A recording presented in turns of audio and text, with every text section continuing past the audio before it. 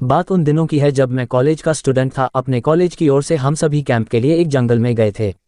हल्की ठंड थी, अतः रात में हम सब ने पूरी रात कैंप फायर के साथ डांस करने, गाने आदि का प्रोग्राम तय किया। मुझे और सभी साथियों को कैंप फायर के लिए लकड़ियां इकट्ठी करने का भार सौंपा गया। मैं निकला तो सबके साथ ही, लेकिन जंगल के प्राकृतिक सौंदर्य में भटकता हुआ अकेले बहुत दूर कहीं निकल गया। अचानक आसमान बादलों से भर गया और गरज के साथ बारिश होने लगी। बादलों के लगातार गरजने से मैं पेड़ के नीचे खड़ा रहना मुनासिब न समझ आसपास किसी घर की तलाश में एक दिशा में भागने लगा। मुझे कुछ ही दूरी पर एक लाल ईंटों से बनी शानदार बिल्डिंग नजर आई। बिल्डिंग रोशनी से पूरी नहाई हुई थी और उसमें ढेर सारे लोग हैं, ऐसा दूर से ही लग रहा था। मैं तेजी से भागते हुए उस बिल्डिंग में जा घुसा और सामने से आती हुई एक खूबसूरत नज से टकराते टकराते बचा। नज ने मुझे घूर कर देखते हुए कहा, बहुत अधिक भीग गए हो, सर्दी लग जाएगी। उधर बाईं ओर एक स्टोर रूम है, वहां जाकर जो भी मिले उससे कहना सिस्टर जूलिया ने दूसरे सूखे और साफ कपड़े मुझे देने को कहा है, वह तुम्हें कपड़े दे देगा। मैं हक्का बक्का मुंह फाड़े सिस्टर जूलिया को देखता रहा। मुझे एकदम से यह समझ नहीं आया कि मैं क्या करूं। मेरी स्थिति देखकर सिस्टर जूलिया खिलखिलाकर हंस पड़ी और बोली, पहले तो तुम अपना मुंह बंद करो वरना मुंह में मच्छर घुस जाएंगे, और अब जाकर वैसा ही करो जैसा मैंने कहा है। मैं हल्के से हाँ में सर हिला सिस्टर की बताई दिशा में जाने को मुड़ गया। अभी कुछ एक 10 कदम ही चला होऊंगा कि मेरे कंधे पर किसी ने हाथ रखा। मैं चौंक कर पीछे मुड़ा और अपने सामने आर्मी की वर्दी में एक युवक को खड़ा मुस्कुराता पाया। मेरे चेहरे पर आश्चर्य का बादल अपना घर बना चुका था, जिसे देखते ही उस युवक को हंसी आ गई। उसने धीमे किंतु दृढ़ स्वर में कहा, मैं कैप्टन विनोद हूं और यह हमारे देश की आर्मी का हॉस्पिटल है। कैप्टन विनोद की बातों ने मुझे आश्वस्त किया। मैं अब धीरे धीरे सामान्य हो गया और मैंने कैप्टन विनोद को सिस्टर जूलिया की कही बातें बताई। सुनकर कैप्टन विनोद के चेहरे पर रहस्यमयी मुस्कान फैल गई और वे बोले, तो सिस्टर जूलिया से भी मिल चुके? जी, क्या मतलब है आपका? कुछ नहीं, चलो मैं तुम्हें सूखे कपड़े देता हूं, चेंज कर लो, नहीं तो सच में सर्दी लग जाएगी। और मैं कैप्टन विनोद के पीछे पीछे एक बड़े से कमरे में पहुंच गया। कमरे के चारों ओर हरे रंग के पर्दे लगे हुए थे। एक बड़ा सा बेड पड़ा हुआ था और उसके सामने एक सोफा था। बीच में एक टेबल था जिस पर 2 ग्लास, एक बड़ी बोतल ब्रांडी की और 1 या 2 पत्रिकाएं पड़ी हुई थीं। कमरे के एक कोने में एक बड़ी सी अलमारी थी जिसमें से कैप्टन विनोद ने एक आसमानी रंग का कुर्ता पायजामा निकालकर मुझे दिया और कमरे से लगे बाथरूम की ओर इशारा किया। मैं बाथरूम से कपड़े चेंज कर जैसे ही निकलने लगा, मेरी नज़र बाथरूम की एक दीवार पर पड़ी। वह खून के छींटों से भारी हुई थी। ये देखकर मैं घबरा गया और जल्दी से बाहर निकलने को मुड़ा कि बाथरूम में लगे आईने में खुद को ही देखकर चौंक गया। आईने में मेरा पूरा शरीर तो नजर आ रहा था, लेकिन मेरे शरीर पर से मेरा सर गायब था। अब मुझे डर लगने लगा और मैं हड़बड़ाकर बाथरूम से निकल गया। मुझे इस तरह बाहर निकलते देख कैप्टन विनोद ने हंसकर पूछा, क्या हुआ? अरे हाँ, तुमने तो अब तक मुझे अपना नाम ही नहीं बताया। कहाँ जाओगे? बाहर बहुत तेज बारिश हो रही है, लेकिन तुम जाना क्यों चाहने लगे अचानक, यह मैं समझ नहीं पा रहा हूँ। कैप्टन विनोद, आपकी बाथरूम की एक दीवार पूरी खून के छींटों से भरी हुई है और आपके बाथरूम में लगा आईना भी कुछ अजीब सा है। उसमें मुझे मेरा पूरा शरीर तो दिखाई दिया, लेकिन मेरा सर ही गायब था। मैं अब बिल्कुल भी नहीं रुकूंगा, यहाँ बारिश में ही भीगता हुआ अपने कैंप तक जाऊंगा। कहते हुए मैं कमरे से बाहर जाने वाले दरवाजे की ओर बढ़ा। रुको, तभी कैप्टन विनोद की कड़कती आवाज गूंजी, तो तुमने सब कुछ देख ही लिया? जी, क्या मतलब है आपका? मेरी आवाज में डर भर गया था। मतलब चाहे जो हो, तुम तब तक यहाँ से नहीं जा सकते जब तक मैं तुम्हें कुछ बता न दूं। काका, क्या बताना चाहते हैं आप? जो आज तक कोई न जान सका, जो आज तक कोई न जान सका वह मैं जानकार क्या करूंगा? प्लीज अब मुझे जाने दें। मैं डर से रुआंसा हो गया। नहीं, बिल्कुल भी नहीं, और तुम्हें मुझसे डरने की भी कोई जरूरत नहीं।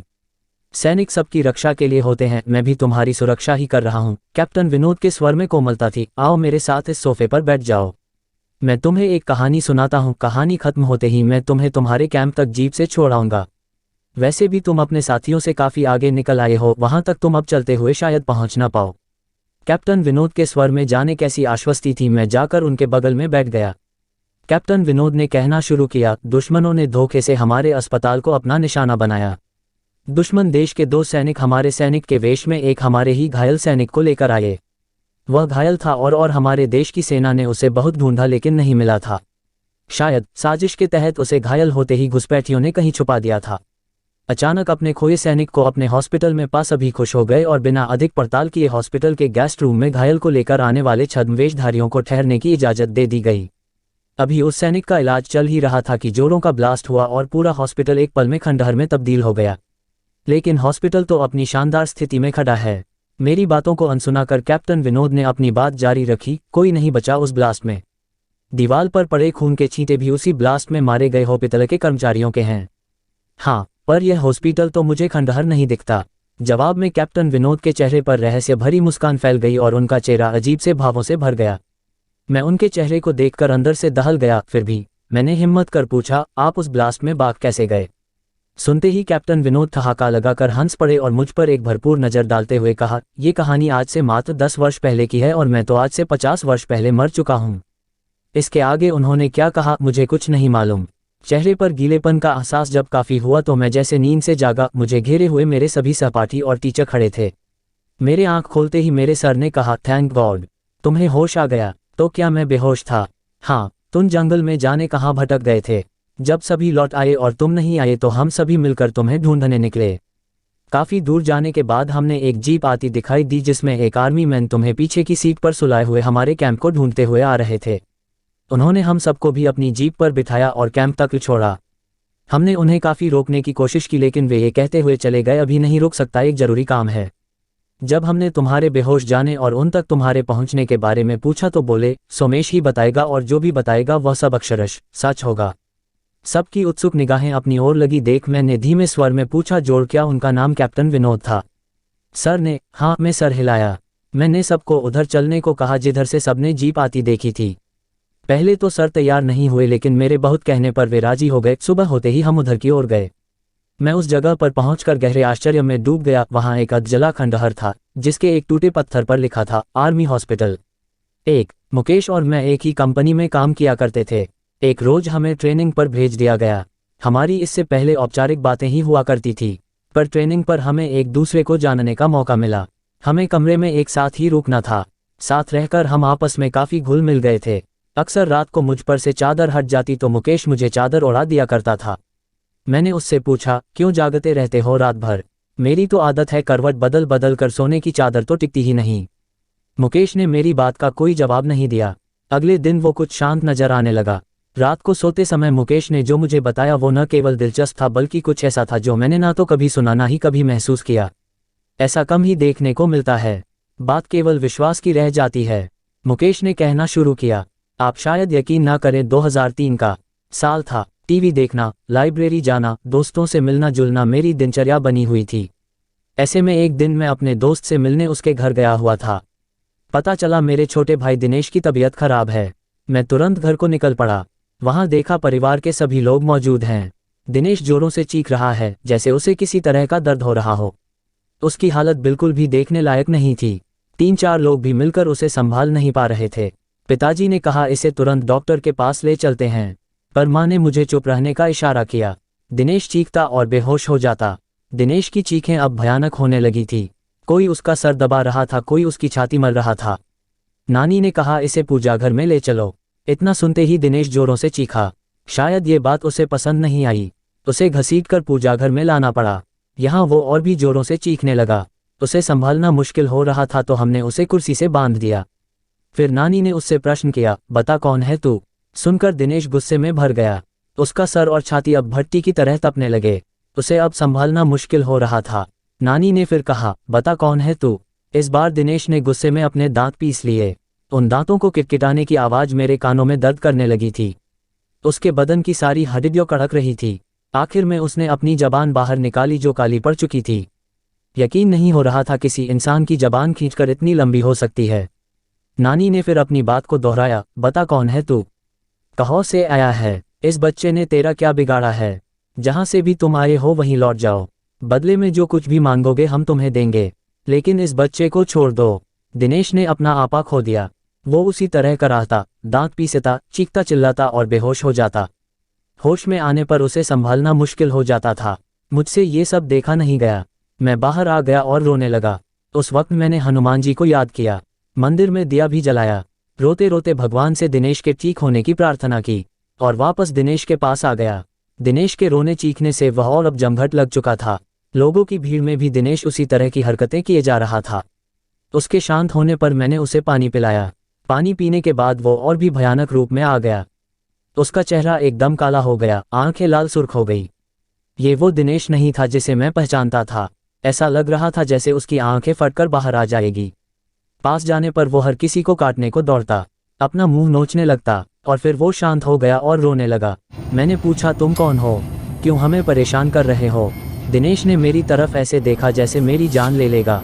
दिनेश कुछ देर तक मुझे घूरता रहा। वो दिनेश नहीं था, उसकी जगह किसी और ने ले ली थी। सबको बारी बारी घूरने के बाद उसकी आंखें अपने कोटों में गोल गोल घूमने लगी। ऐसा नज़ारा जीवन में पहली बार ही देख रहा था, बल्कि मैं तो कहूँगा ये सब कुछ जीवन में पहली बार ही देख रहा था। वो चीखना चिल्लाना, वो भयानक सी हंसी, वो दांत पीसना, किटकिटाना, दर्द में कराहना, हड्डियों का एक साथ कड़कना, सब कुछ एक मनहूसियत में बदल चुका था। फिर दिनेश ने एक लंबी सांस खींची और छोड़ी। उसकी सांस की दुर्गंध इतनी थी, सब अपना मुंह रखकर घर से बाहर निकल गए और वो पागलों की तरह हंसा। वापस अंदर जाने पर दिनेश फिर सभी को घूरने लगा। हमने वापस उससे पूछा, कौन हो तुम?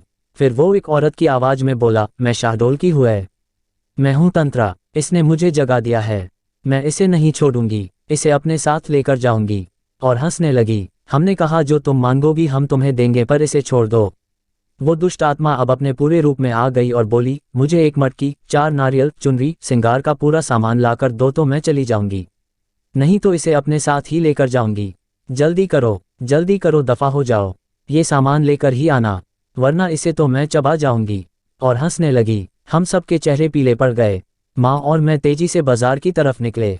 रास्ते में मौ रोने लगी तो मैंने उन्हें दिलासा दी, सब ठीक हो जाएगा माँ बोली, कुछ भी ठीक नहीं होने वाला मुकेश, मैंने तुझे बताया नहीं, इसने जब अपना पहला असर दिखाया था तब दिनेश को क्या हुआ हम समझ ही नहीं पाए थे। दिनेश के साथियों ने हमें बताया। उस दिन दिनेश के ऑफिस में मीटिंग थी, सब आपस में हंस बोल रहे थे, सब कुछ ठीक था कि अचानक दिनेश की तबीयत बिगड़ने लगी। दिनेश ने सामने रखा गिलास उठाया और पानी पिया। पानी पीते ही दिनेश बेहोश हो गया। उसके साथी चौंक गए। 2 लोगों ने मिलकर उसे टेबल पर लिटाया। उस समय उसकी आंखों से आंसू बह रहे थे। वो अपनी साथियों से कुछ कहना चाह रहा था, लेकिन उसके मुंह से एक शब्द भी नहीं निकल पा रहा था। उसके साथी उसे हॉस्पिटल ले गए। हमें जैसे ही सूचना मिली हम सभी वहां पहुंच गए।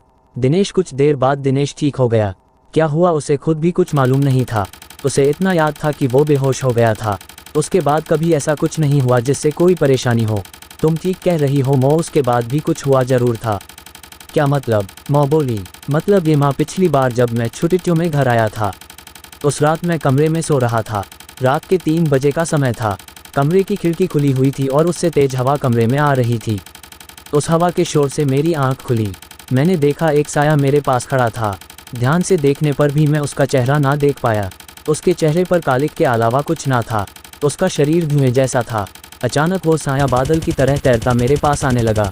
मैं घबरा गया और अपनी चादर में मैंने अपने आप को समेट लिया। वापस देखा तो वो साया वहाँ नहीं था। इसे अपना वहम मानकर मैं भूल चुका था, पर अब दिनेश के हालात देखकर लगता है कुछ तो जरूर हुआ है माँ। इसके बाद मैं मटकी लेने चला गया और मान सिंगार के लिए सामान खरीदने लगी। मुझे दुकानें बंद मिली तो मैं सीधे कुम्हार के घर चला गया। बहुत से लाल और काली दोनों मटकी ले आया। वापस आकर ज्यों ही सामान हमने दिनेश के आगे रखा वो शांत हो गया।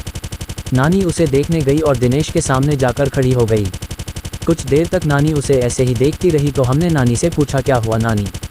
नानी हमारी ओर पलटी। अब नानी के चेहरे के भाव दिनेश जैसे हो गए थे। हम और भी घबरा गए। नानी ने भी उसी चीख के साथ रोना शुरू कर दिया और कहा, मैं शाहडोल की हूँ, मेरी हत्या कर दी गई थी। मेरी लाश के बेरहमी से टुकड़े टुकड़े करके दफन कर दिया गया। मुझे इंसाफ चाहिए। मुझे जहाँ गाड़ा गया वहाँ ये लड़का पेशाब कर आया। मैं सोई हुई थी, इसने मेरा अपमान किया और मुझे जगा दिया। पर अब मुझे कुछ नहीं चाहिए, मैं जा रही हूँ, मुझे रास्ता दो। हमने पूछा, तुम इसे दोबारा परेशान नहीं करोगी? वो बोली, नहीं, इसने मेरा अपमान किया जिसकी सज़ा मैंने दे दी, अब मुझे जाने दो। और नानी बेहोश होकर गिर गई। हमने नानी को संभाला। इतनी देर में दिनेश भी सामान्य हो चुका था। हमने दिनेश को भी कुर्सी से खोल दिया। फिर कुछ दिन और बीते। दिनेश को काम के लिए भोपाल जाना पड़ा। दिनेश और ऑफिस के कुछ लोग होटल में रुके। होटल में आधी रात को लोगों ने शिकायत की, बहुत कमरे से रोने की आवाज़ें आ रही हैं। होटल कर्मी ने जाकर देखा तो वो आवाज़ें दिनेश के कमरे से आ रही थी। कमरा अंदर से बंद था, तो होटल कर्मी ने दूसरी चाबी से कमरे का दरवाज़ा खोला। सामने दिनेश था, होटल की चादर में पूरा लिपटा हुआ और ज़मीन से 2 फुट ऊपर हवा में उसका शरीर तैर रहा था। उसके मुंह से अजीब अजीब आवाज़ें आ रही थी। इस भयानक नज़ारे को देखकर उन लोगों के दिल दहल गए। कुछ लोग तो भाग खड़े हुए। बाकी लोगों ने दिनेश को पकड़ा तो वो चीख पड़ा और चिल्लाने लगा। लोगों ने पुलिस को फ़ोन कर दिया। शांतिभंग के आरोप में पुलिस दिनेश को ले गई। उसके साथियों ने उसे छुड़ाया। उसके बाद दिनेश का लगातार यही हाल रहा। किसी ने मांडल के जंगलों में एक तांत्रिक होने की बात हमें बताई। शायद वो दिनेश को ठीक कर सके। हमने उसे बुलाया। उस तांत्रिक ने भी आत्मा से बातें की तो उसकी वही मांग शुरू हो गई। मटकी, 4 नारियल, चुनरी और श्रृंगार का सामान। अभी तक याद है मुझे वो किस तरह अपनी मांगें दोहराती थी। इन सब के साथ उसने शराब भी मांगी। रात के समय शराब कहीं भी नहीं मिली। मैं भागा भागा अपने मोहल्ले की उन गलियों में गया जहाँ से मुझे गुजरना भी गंवारा नहीं था। पर भाई की सलामती के लिए भी उन गलियों में गया जहाँ अक्सर लोग नशे में धुत पड़े रहते थे। शराब की दुर्गंध के कारण दिन में भी उस गली से कोई नहीं गुजरता था। वहाँ जाकर मैंने उन लोगों से शराब मांगी तो उन्होंने कहा, क्या आज तू भी पिएगा? आजा आजा बैठ यहाँ, आज तू बेटा सारे गम भूल जाएगा। मैं गम भुलाने नहीं आया हुआ है। मेरे भाई की तबीयत खराब है, उस पर ऊपरी आया है। तांत्रिक शराब से पूजा करेगा। ये सब जानने के बाद उन्होंने अपनी शराब की बोतल मुझे दे दी, जिसे लेकर मैं लौट आया। इसके बाद शराबियों से मेरी नफरत कम हो गई। तांत्रिक ने पूजा शुरू की। रात भर तांत्रिक पूजा करता रहा। दिनेश कभी चीखता, कभी चिल्लाता, कभी दर्द में कराहता, कभी गुस्से में तांत्रिक को गालियां देता, कभी मुझे घूरता, कभी तांत्रिक को घूरता। तांत्रिक का उस पर कोई ध्यान नहीं था। वो एक दाना गेहूं का लेता, कुछ मंत्र पता और उस दाने को दिनेश पर फेंक देता। उस दाने के शरीर पर पड़ते ही दिनेश बुरी तरह तड़पने लगता। उसके मुंह से जानवरों के जैसे गुर्राने की आवाज़ें निकल रही थी। वो जानवरों की तरह हरकत करने लगा था। दिनेश की आवाज़ उसके गले में ही बंद कर रह गई थी। वो क्या बोल रहा था कुछ समझ नहीं आ रहा था। सुबह तक दिनेश ठीक हो गया और बेहोश रहा। शायद इन सब से उसका शरीर थकने लगा था। उसका चेहरा पीला पड़ने लगा था। शरीर सूख कर लकड़ी जैसा हो चला था। फिर भी कहीं ना कहीं मेरा भाई इन बुरी शक्तियों से लड़ रहा था, मुझे यकीन था। कुछ दिन और बीतने पर दिवाली को त्योहार आ गया था। धनतेरस का दिन था और मैं टीवी देख रहा था। दिनेश कमरे में आया और बेहोश हो गया। मुझे लगा वापस वही सब शुरू होने वाला है तो मैंने उसे कुर्सी से बांध दिया। दिनेश थोड़ा होश में आया और उस आधी बेहोशी की हालत में उसने मुझसे कहा, भाई अब मैं नहीं बचूंगा, मैं खत्म हो जाऊंगा। ये सुनकर मेरी आंखों से आंसू आ गए। मैं अपने भाई को इस तरह जिंदगी से हारते नहीं देखना चाहता था। दिनेश भी रो रहा था, भाई मैं मर जाऊंगा। मैंने खुद को संभाला और दिनेश को बांध दिया। बाइक ली और एक दोस्त को साथ लेकर मैं उसी तांत्रिक को बुलाने निकला। मांडल के घनघोर जंगल गुप्त अंधेरा। मैं तांत्रिक के घर पहुंचा। तांत्रिक भी उस दिन शराब के नशे में था। उसे बाइक पर बीच में बैठा कर ले आए। तांत्रिक का खुद का शरीर बस में नहीं था। गिरता पड़ता वो दिनेश के पास पहुंचा। जैसे ही उसने दिनेश का हाथ पकड़ा उस तांत्रिक का सारा नशा उतर गया। उसने वही पूजा दोहराई और सुबह होने तक दिनेश फिर ठीक हो गया। अब तो यही सिलसिला चालू हो गया था।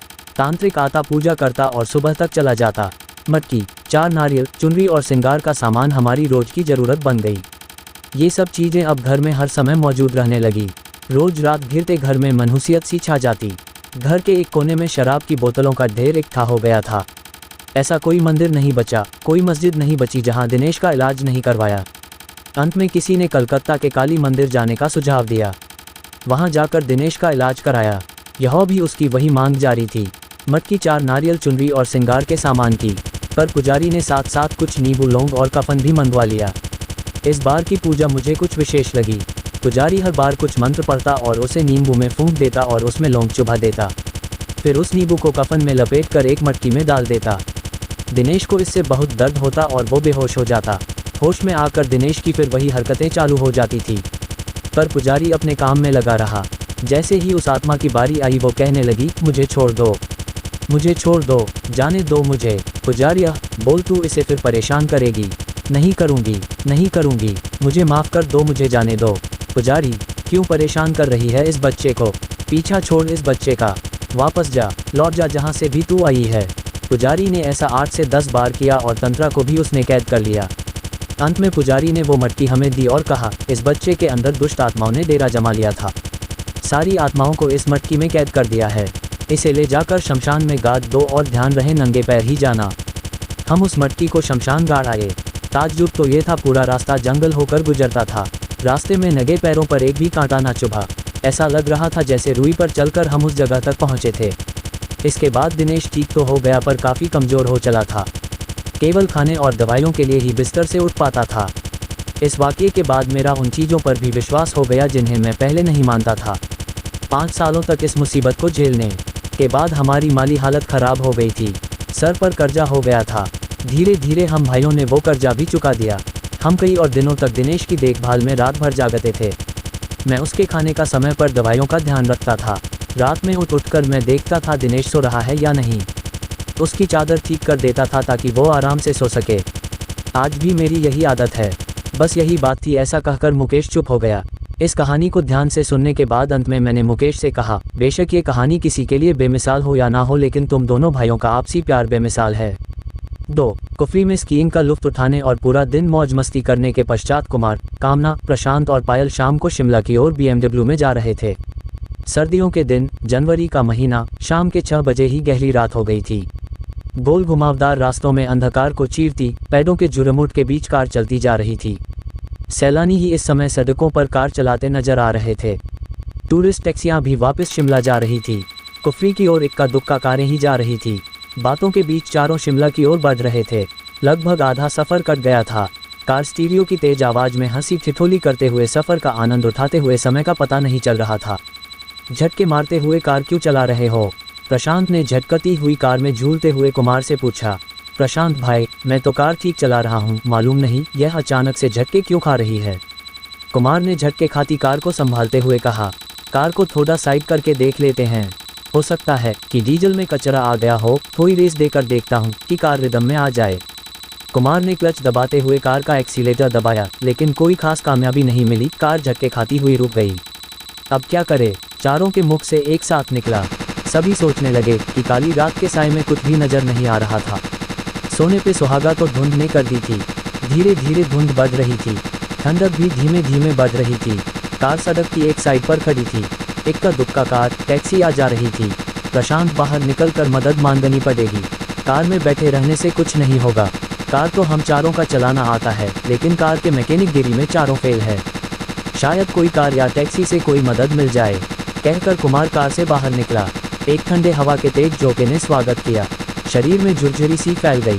प्रशांत भी कार से बाहर निकला। पायल और कामना कार के अंदर बैठे रहे। ठंड बहुत अधिक थी। दिल्ली निवासियों कुमार और प्रशांत की झुरझुरी निकल रही थी। दोनों की हालात दयनीय होने लगी। थोड़ी देर खड़े रहे तो हमारी कुल्फी बन जाएगी, कुमार ने प्रशांत से कहा। ठीक कह रहे हो, लेकिन कर भी क्या सकते हैं? प्रशांत ने जैकेट की टोपी को ठीक करते हुए कहा। लिफ्ट मांग कर शिमला चलते हैं, कार को यहीं छोड़ते हैं। सुबह शिमला से मैकेनिक ले आएंगे, कुमार ने सलाह दी। ठीक कहते हो। रात का समय था, गाड़ियों की आवाजाही नगण्य थी। काफ़ी देर बाद एक कार आई। उनको कार के बारे में कुछ नहीं मालूम था। वैसे भी कार में 5 सवारियां थी। कोई मदद नहीं मिली। 2-3 कारें और आई, लेकिन सभी में पूरी सवारियां थी। कोई लिफ्ट न दे सका। एक टैक्सी रुकी। ड्राइवर ने कहा, जनाब मारुति, होंडा, टोयोटा की कार होती तो देख लेता, ये तो BMW है, मेरे बस की बात नहीं है। एक काम कर सकते हो, टैक्सी में एक सीट खाली है। पति पत्नी कुफरी से लौटकर शिमला जा रहे हैं। उनसे पूछ तो एक बैठकर शिमला तक पहुंच जाओगे। वहां से मैकेनिक लेकर ठीक करवा सकते हो। टैक्सी में बैठे पति पत्नी ने इजाज़त दे दी। कुमार टैक्सी में बैठकर शिमला की ओर रवाना हुआ। प्रशांत कार में बैठ गया। प्रशांत, पायल और कामना बातें करते हुए समय व्यतीत कर रहे थे। धुंध बती जा रही थी। थोड़ी देर बाद प्रशांत पेशाब करने के लिए कार से उतरा। कामना, पायल कार में बैठे बोर हो गई थी। मौसम का लुत्फ उठाने के लिए दोनों बाहर कार से उतरी। कपकपाने वाली ठंड थी। कार में बैठो, बहुत ठंड है, कुल्फी जम जाएगी, प्रशांत ने दोनों से कहा। बस 2 मिनट मौसम का लुत्फ लेने दो, फिर कार में बैठते हैं। पायल और कामना ने प्रशांत को कहा। भूतिया माहौल है, कार में बैठते हैं, प्रशांत ने कहा। प्रशांत की बात सुनकर पायल खिलखिलाकर हंस दी। भूतिया माहौल नहीं, मुझे तो फिल्मी माहौल लग रहा है। किसी भी फिल्म की शूटिंग के लिए परफेक्ट लोकेशन है। काली अंधेरी रात, धुंध के साथ सुनसान पहाड़ी सड़क, हीरो हीरोइन का रोमांटिक मूड, सेनेसुए सॉन्ग। कौन सा गीत याद आ रहा है? तुम दोनों गाओ। मेरा रोमांटिक पार्टनर तो मैकेनिक लेने गया है, कामना ने ठंडी आह भरकर कहा। तीनों हंस पड़े। तीनों अपनी बातों में मस्त थे। उनको मालूम ही नहीं पड़ा कि कोई उनके पास आया है। एक शख्स जिसने केवल टी-शर्ट पैंट पहनी हुई थी, प्रशांत के पास आकर बोला, आपके पास क्या माचिस है? इतना सुनकर तीनों चौंक गए। जहां तीनों ठंड में कांप रहे थे, वही वह शख्स केवल टी-शर्ट और पैंट पहने खड़ा था। कोई ठंड नहीं लग रही थी उसे। प्रशांत ने उसे ऊपर से नीचे तक गौर से देखकर कहा, आपको ठंड नहीं लग रही क्या? उसने प्रशांत के इस प्रश्न का कोई उत्तर नहीं दिया, बल्कि बात करने लगा। आप भूतिया माहौल की अभी बातें कर रहे थे। क्या आप भूतों में विश्वास करते हैं? क्या आपने कभी भूत देखा है? नहीं, दिल्ली में रहते हैं, न तो कभी देखा है और न कभी विश्वास किया है भूतों पर। प्रशांत ने कहकर पूछा, क्या आप विश्वास करते हैं? हम पहाड़ी आदमी है, हर पहाड़ी भूतों को मानता है, उनका अस्तित्व होता है। उस शख्स की भूतों की बातें सुनकर कामना और पायल से रहा नहीं गया। उनकी उत्सुकता बढ़ गई। भाई कुछ बताओ भूतों के बारे में, फिल्मी माहौल हो रखा है, कुछ बात बताओ। उस शख्स ने कहा, देखिए हम तो मानते हैं, आप जैसा कह रहे हैं कि शहरों में भूत नज़र नहीं आते, हो सकता है नज़र नहीं आते होंगे, मगर पहाड़ों में तो हम अक्सर देखते रहते हैं। कहाँ से आते हैं भूत और कैसे होते हैं, कैसे नज़र आते हैं? प्रशांत ने पूछा। उस शख्स के हाथ में सिगरेट थी, वह सिगरेट को हाथों में घुमाता हुआ बोला, भूत हमारे आपके जैसे ही होते हैं, वे रोशनी में नज़र नहीं आते हैं। होते कौन है भूत, कैसे बनते हैं? पायल ने पूछा। यहाँ पहाड़ों के लोगों का मानना है कि जो अकस्मात किसी दुर्घटना में मौत के शिकार होते हैं या फिर जिनका कत्ल कर दिया जाता है, वे भूत बनते हैं। उस शख्स ने कहा, क्या वे किसी को नुकसान पहुँचाते हैं, मारपीट करते हैं? प्रशांत ने पूछा। अच्छे भूत किसी को कुछ नुकसान पहुँचाते हैं। अच्छा मैं चलता हूँ, सिगरेट मेरे पास है, आपके पास माचिस है तो दीजिए, सिगरेट सुलगा लेता हूँ।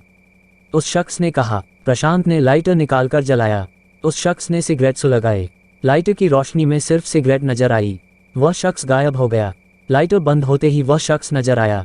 तीनों के मुख से एक साथ निकला भूत। तीनों, प्रशांत, पायल और कामना का शरीर अकड़ गया और बेसुध होकर एक दूसरे पर गिर पड़े। आकाश शरीर, खुली आंखें, लगभग मृत्य देह के सामान, तीनों मूर्छित थे।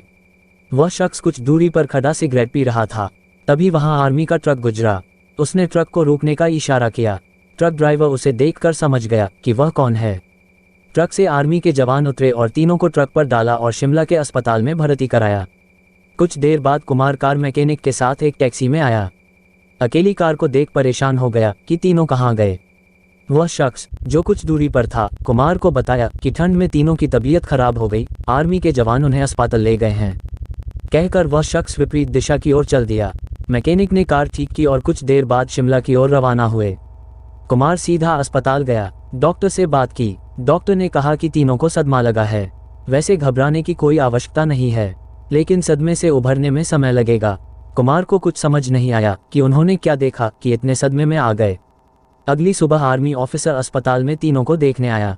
कुमार से कहा, आई एम कर्नल अरोड़ा, मेरी यूनिट ने इन तीनों को अस्पताल एडमिट कराया था। कुमार ने पूछा, मुझे कुछ समझ में नहीं आ रहा कि अचानक से क्या हो गया। कर्नल अरोड़ा ने कुमार को रात की बात विस्तार से बताई कि वह शख्स भूत था जिसे देखकर तीनों सदमे में चले गए और बेसुध हो गए। वह एक अच्छा भूत था। अच्छे भूत किसी का नुकसान नहीं करते। उसने तीनों की मदद की, हमारे ट्रक को रोका और कुमार के वापस आने तक भी रुका रहा। शाम तक तीनों को होश आ गया। 2 दिन बाद अस्पताल से छुट्टी मिली और सभी दिल्ली वापस गए, लेकिन सदमे से उभरने में लगभग 3 महीने लग गए। आज 7 साल बीत गए उस घटना को। चारों कभी भी घूमने रात को नहीं निकलते। नाइट लाइफ बंद कर दी। घर से ऑफिस और ऑफिस से घर, बस यही रूटीन है उनका। उस घटना को याद करके आज भी उनका बदन ठंडा होने लगता है। 3 खड़ खड़ खड़ खड़। ट्रेन द्रुत गति से भागी चली जा रही थी। संध्या काल का समय था। तेज बारिश और बीच बीच में बिजली की चमक वातानुकूलित कोच की खिड़कियों से अपनी उपस्थिति दर्ज करा रही थी। केबिन का एकांत और यह भयावह मौसम मुझ जैसे डरपोक आदमी को और डरा रहा था। थोड़ी देर बाद गाड़ी के पहियों की रफ्तार कम हुई और एक मध्यम से स्टेशन पर गाड़ी रुकी। बारिश इतनी ज़्यादा थी कि मैं स्टेशन का नाम नहीं पढ़ पा रहा था। मैं अपने केबिन में अकेला था और इस उधेड़बुन में था कि कोई सहयात्री आए जिससे वार्तालाप करते करते आगे का रास्ता आसानी से काटा जा सके और एक अंदरूनी भय जो मेरे अंदर जागृत हो चुका है उससे मुझे निजात मिल सके। तभी किसी ने केबिन का दरवाज़ा खटखटाया और एक शांत सा दिखने वाला व्यक्ति केबिन में दाखिल हुआ। अपना सामान आदि व्यवस्थित करने के बाद वो मेरी तरफ देखकर मुस्कुराया और मेरी तरफ हाथ आगे बढ़कर उसने अपना परिचय दिया। मैं मिस्टर घोष। वो बोला, मैं कोलकाता जा रहा हूँ पुनर्जन्म से संबंधित एक कार्यशाला में भाग लेने के लिए। मैंने उसे बताया कि मैं कानपुर में व्याख्याता के पद पर हूँ और पटना जा रहा हूँ। उसने कुछ खाने का सामान निकाला और मुझसे भी खाने हेतु आग्रह किया, किंतु मैं बहुत ही सशंकित व्यक्तित्व का प्राणी। ट्रेन में किसी अजनबी के द्वारा दिए गए खाने को लेना असंभव था मेरे लिए। मैंने बहुत विनम्रता से उसके आग्रह को ठुकराया। वो भी कम उस्ताद नहीं था। कसकर हंसा और बोला, संशय कर रहे हैं मेरे ऊपर, अभी तो कुछ नहीं, देखिए आगे क्या क्या होता है। उसके ये शब्द सुनकर मुझे सांप सूंघ गया, किंतु मैंने किसी तरह अपनी घबराहट को छिपाया। कोई स्टेशन आने पर वो उतरता और ट्रेन चलने के बाद किसी दूसरे कंपार्टमेंट से चढ़कर फिर आ जाता। पूछने पर बोलता कि बीच बीच में रेलवे की नौकरी भी कर लेता हूँ। थोड़ी देर बाद मैं और वह विभिन्न विषयों पर चर्चा करने लगे। उसने पुनर्जन्म से संबंधित बातें प्रारंभ की और पुनर्जन्म को अंधविश्वास बताया। थोड़ी देर बाद उसने मुझसे पूछा कि क्या आप भूत प्रेत पर विश्वास करते हैं। मैंने कहा बिल्कुल। वो जोर से हंसा और बोला ये सब बकवास है। मुझे भूतों पर विश्वास था किंतु वो भूतों के अस्तित्व को नकारता रहा। रात अपने यौवन पर पहुंच चुकी थी। चर्चा उपरांत मैं वातानुकूलित प्रथम श्रेणी के कक्ष में सोने का प्रयास कर रहा था। अचानक मुझे ऐसा अनुभव हुआ कि कोई मेरे गले पर गर्म अंगार रख रहा है। मैं हड़बड़ा कर उठा। कहीं कोई नहीं। मेरे अलावा उस कक्ष में मेरा वही सहयात्री था जो सामने की बर्थ पर लेटा घोड़े बेंच कर सो रहा था। मैं फिर सोने का प्रयास करने लगा। अभी आंख लगी ही थी कि मुझे अपने पेट पर बहुत तेज दबाव और हंसने की तेज आवाज़ सुनाई दी। मैं घबरा कर उठा तो देखा कि सहयात्री बर्थ पर नहीं था। लगभग 1-2 मिनट बाद वो आया और बोला जनाब सोए नहीं। मैंने अपनी घबराहट रोकते हुए उससे कहा अभी नींद नहीं आ रही और मैंने अपने बैग से एक मैगजीन निकाली और पढ़ने का नाटक करने लगा। सहयात्री भी बर्थ पर लेट गया और कुछ देर में उसके खर्राटे केबिन में गूंजने लगे। मैं भी थोड़ा निश्चिंत हुआ और बर्थ पर आंख बंद कर लेट गया। ट्रेन कभी धीमी होती कभी रफ्तार पकड़ लेती लेकिन मेरे दिल ने अब तेज रफ्तार ही पकड़ रखी थी। भय और घबराहट के कारण लघुशंका की इच्छा अपने आप जीवित हो जाती है। और मैं टॉयलेट की तरफ मोड़। जैसे ही मैंने टॉयलेट का दरवाज़ा खोला वो सहयात्री मुझे अंदर दिखा और मैं चिल्लाते हुए अपनी बर्थ की तरफ भागा। देखा तो वो सहयात्री इत्मीनान से अपनी बर्थ पर सो रहा है। मैंने घबराहट में उसे जगाया। वो बोला अरे क्या हुआ, इतना मासूम लग रहा था। वो जैसे कुछ जानता ही ना हो। मैंने कहा आप यहाँ भी और वहाँ टॉयलेट में भी। वो कुटिलता से हंसा और बोला मैं कितने रूप में कहीं पर भी रह सकता हूँ। घबराहट के मारे मैं पसीने से तरबतर बिल्कुल निर्जीव सा खड़ा उसके सामने। वो बोला तुम्हें भूतों पर विश्वास था ना, तुम्हें तुम्हारे विश्वास का प्रमाण देना था। तुम्हारे जैसे लोगों के कारण ही हम भूत पिशाच लोगों का अस्तित्व है। इतना कहकर वो मेरी आंखों के सामने से अचानक गायब हो गया। मैं डर के मारे अवाक और निर्जीव सा अपनी बर्थ पर बैठा था। तभी केबिन के अंदर टिकट निरीक्षक आया। उसका चेहरा देखकर मुझे बेहोशी छाने लगी क्योंकि यह वही सहयात्री था मेरा। और वो टिकट चेक कर मुस्कराता हुआ चला गया। 4. विनय एक बीमा कंपनी में काम करते हैं। उनकी कंपनी उनको एक जगह से दूसरे जगह ग्राहक से मिलने के लिए भेजती रहती है जिसके कारण वो अपना घर एक ठिकाने पर नहीं रख सकते थे। इस बार उनको नेपाल के छोटे से पहाड़ी इलाके में जाना था करीब 1 महीनों के लिए। इसलिए इस बार उन्होंने अपनी पत्नी को भी साथ ले लिया। परिवार में सिर्फ वो और उनकी पत्नी ही रहती थी। विनय और उसकी पत्नी दोनों नेपाल के लिए निकल पड़े। वैसे भी ठंड का मौसम था और नेपाल में ऊपर से बहुत तेज़ बर्फ पड़ रही थी। वो लोग अपने घर पहुंच चुके थे।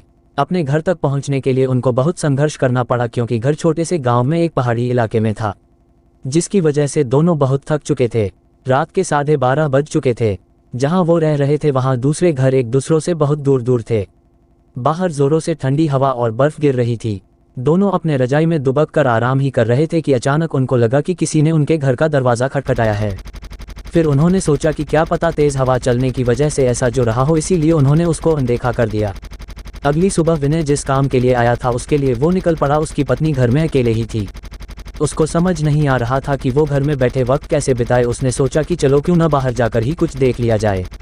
बाहर ठंड तो थी पर हवा नहीं चल रही थी, इसीलिए उसने अपना स्वेटर पहना और बाहर निकलने को तैयार हो गई। जैसे ही उसने अपना घर का गेट खोला वैसे ही देखती है कि घर के पास बने एक खंबे के पीछे एक छोटा सा बच्चा खड़ा है जो उसको चुपके देख रहा है।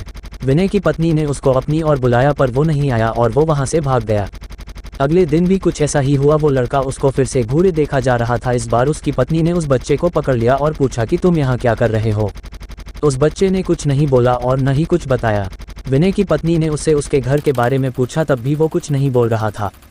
आखिर में उसका नाम पूछने पर उसने अपने धीमी सी आवाज़ में अपना नाम सूर्य बताया और फिर वहाँ से भाग गया। उसको उसका व्यवहार कुछ समझ नहीं आया। ये सिलसिला ऐसे ही चलता रहा। वो बच्चा रोज़ उसको खंबे के पीछे से निहारता रहता था। उस दिन रविवार की रात थी। दोनों घर में अंगीठी के सामने आग ताप रहे थे क्योंकि बाहर की हालत बहुत ख़राब थी। इतनी ख़राब कि कोई थोड़ी देर के लिए बाहर निकल जाए तो उसकी जान चली जाए। अचानक दरवाज़ा किसी ने खटखटाया। उन दोनों को फिर से लगा कि शायद हवा की वजह से ऐसा हो रहा हो। तभी फिर से किसी ने दरवाज़ा खटखटाया। इस बार खटखटाने की आवाज़ साफ आ रही थी। ये आवाज़ सुनकर दोनों डर गए क्योंकि इतनी रात को वो भी जान ले लेने वाली ठंड में आखिर कौन हो सकता है। दोनों केवल एक दूसरे का मुंह देख रहे थे। अचानक दरवाजे के बाहर से धीरे धीरे रोने की आवाज़ आने लगी। तभी विनय ने जोर से आवाज़ में बोला, कौन है बाहर। कुछ देर तक आवाज़ तो नहीं आई पर बाद में एक धीमी सी आवाज़ आई, दरवाज़ा खोलो, कृपया करके दरवाज़ा खोलो, बहुत ठंड है। / ये आवाज़ किसी छोटे से बच्चे की थी। तभी विनय की पत्नी को ये आवाज़ जानी पहचानी लगी। उसने कहा कि ये तो वही बच्चे की आवाज़ लगती है जो रोज़ घर के बाहर खड़ा रहता था।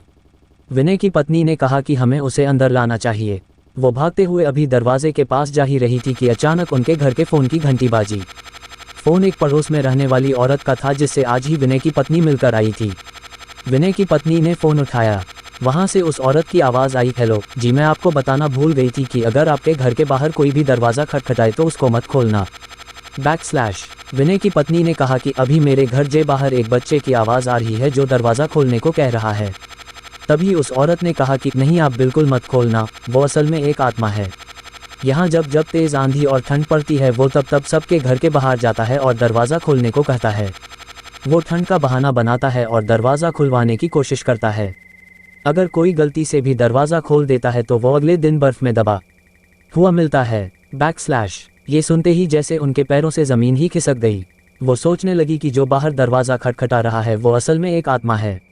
उन्होंने ने दरवाज़ा नहीं खोला। अगले दिन ही वो दोनों भागकर पड़ोसी के पास गए और पूरे मामले के बारे में पूछा। उस औरत ने बताया कि इस गांव में एक परिवार रहता था। पहाड़ टूटने की वजह से उस परिवार का विनाश हो गया, बस एक बच्चा बच गया। वो दूसरों के घर जा जाकर खाना मांगता। एक दिन बहुत ज़ोरों से बर्फ़ की आंधी पड़ रही थी। वो दूसरों के घर के बाहर दरवाज़ा खटखटाकर घर के अंदर आने को गुहार लगा रहा था, पर किसी ने भी उसकी गुहार नहीं सुनी। ठंड की वजह से सब अपने घरों में दुबके हुए थे। कल सुबह होने पर उस बच्चे की लाश बर्फ़ में अकड़ी हुई मिली। आज भी कभी भी ज़ोरों से बर्फ़ की आंधी आती है तो उसकी आत्मा सबके घर के पास आती है और गुहार लगाती है। ये सब सुनकर दोनों हैरान रह गए, लेकिन वो वहाँ 1 महीने जब तक रहे तब तक 3-4 बार उनके साथ ऐसा ही हुआ। लेकिन विनय का काम खत्म हो जाने पर वो वहाँ से चले गए। पर विनय की पत्नी में दिमाग में एक रहस्य हमेशा बना रहा कि उस घटना के बाद जो बच्चा उसे रोज़ घर के बाहर दिखता था वो कभी नहीं दिखा। 5 शाम ढल रही थी। आसमान पूरा काला पड़ चुका था, जैसे किसी ने काले रंग की शीशी उड़ल दी हो। शायद बारिश आने को बेकरार है। घिरा हुआ आसमान और ठंडी हवाएं चांदनी को बेहद पसंद थी। बारिश चांदनी के बदन में एक अजब सी सिहरन पैदा करती थी। चांदनी आईने के सामने पिछले आधे घंटे से बन संवर रही थी। बन संवर क्या, सजने की रिहर्सल कर रही थी। 3 बार तो साड़ियाँ चेंज कर चुकी थी। चांदनी को साज श्रृंगार का बहुत शौक था। आज उसे मिसिस कपूर की बेटी की शादी में जाना था। चांदनी कॉलेज की अध्यापक थी, मगर दिखती कॉलेज स्टूडेंट जैसी। वो हमेशा खूबसूरत दिखना और खूबसूरत रहना चाहती थी। चांदनी अब तैयार होकर रवाना ही हो रही थी। उसके नज़र अखबार पर पड़ी। उसमें कोई भैरो चौक की खबर थी। लिखा था कि भैरो चौक नाम के एक छोटे से इलाके में बहुत सारी अजीबोगरीब घटनाएं घटी है। कितनी वारदातें हुई है, लूट मार, हत्या, अपहरण, बलात्कार, भूत प्रेत का साया, सभी घटनाएं वही तो घटी है। लोग वहां दिन के उजाले में भी जाने का साहस नहीं करते थे। ये खबर पते ही थोड़े समय पहले चांदनी का चमकता चेहरा फीका पड़ गया। उसके चेहरे पर मानो हल्का खौफ मंडरा रहा हो। थोड़ी देर वो खामोश होकर वही खड़ी रही, मानो ये खबर उसके मन में घर कर गई हो। चांदनी की खामोशी मिसिस कपूर के फ़ोन ने तोड़ी। चांदनी ने फ़ोन उठाया और बातें करते वहाँ से कार में निकल गई। चांदनी को शादी में पहुँचने में कोई दिक्कत नहीं आई। चांदनी ने गाड़ी से बाहर निकलने से पहले एक बार फिर अपना चेहरा निखार लिया था। चांदनी का स्वागत हंसते चेहरों ने किया, मगर कुछ चेहरे ऐसे भी थे जिसने चांदनी को बुरी नीयत से देखा। वो चेहरे थे कॉलेज के बदमाश और कॉलेज ट्रस्टी के बिगड़े हुए लड़के। कॉलेज उन लड़कों को 5 पापी बुलाती थी। लड़कियों को छेड़ना, लड़कियों के साथ बदतमीजी करना, लड़ना झगड़ना, वो सब उन 5 को काम था, इसलिए कॉलेज उसे 5 पापी बुलाती थी। खैर, चांदनी भी उनकी हरकतों को भली भांति जानती थी, इसलिए उसको अनदेखा करके शादी में शामिल हो गई। नाच गाना, खाना पीना, गप्पे लदाने और विदाई में पता ही नहीं चला कि रात के 11 बज गए हैं। उसे घर पहुंचने में अभी उसे 2 घंटों का फासला तय करना था। चांदनी के पति जतीन का फ़ोन आता था। हेलो चांदनी, कहाँ हो? जतीन ने कहा, मैं शादी में आई थी पर बहुत देर हो गई है, बस मिसिस माथुर के साथ अब निकल ही रही हूँ। चांदनी ने बातें ख़त्म करके फ़ोन रखा। चांदनी ने फटाफट से मिसिस कपूर बाय किया और मिसिस माथुर को ढूंढने लगी, मगर पता चला कि मिसिस माथुर तो घर के लिए कब की रवाना हो चुकी है। चांदनी सोचने लगती है कि अब अकेली घर कैसे जाएगी। तभी अचानक से तेज बिजली कड़की। शायद थोड़े समय के बाद बारिश होने वाली है।